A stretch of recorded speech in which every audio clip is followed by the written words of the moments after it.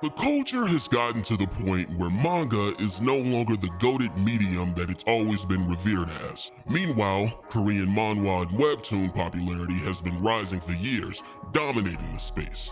And among those titles is Solo Leveling. It's an urban fantasy story involving an invasion of otherworldly creatures and the emergence of superpowered humans known as hunters, tasked with fighting them.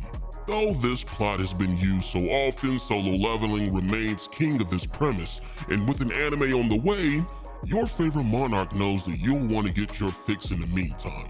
So, here's my list of 5 anime like Solo Leveling. Let's get it. When your favorite MMORPG becomes more than life itself, weird things will happen. In Overlord, the main character stays logged in as the servers of his favorite game shut down. When the servers go offline, he suddenly becomes the character he's roleplayed as, an evil, overpowered elder lich who leads a guild of demons. Now, in this new world, he intends to conquer it fully. There are epic battles against monsters with OP characters and comedic interactions between all the demons at the main character's command. And the intro songs usually kick ass.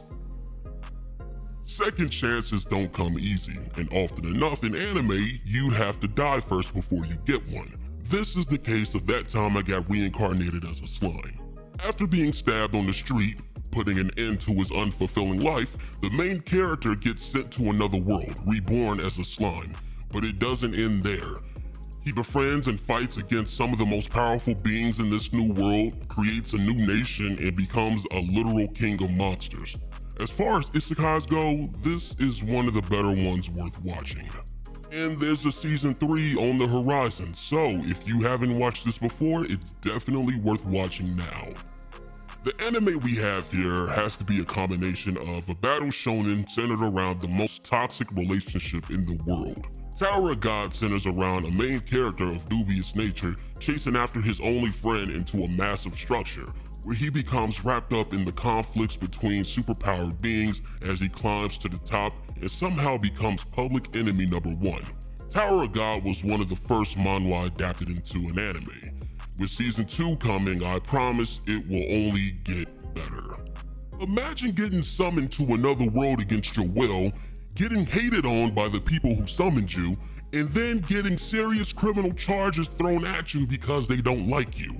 That first season of Rising of the Shield Hero will piss you off. As good as the first season was, the dynamic of the main character against the establishment dries up pretty quickly.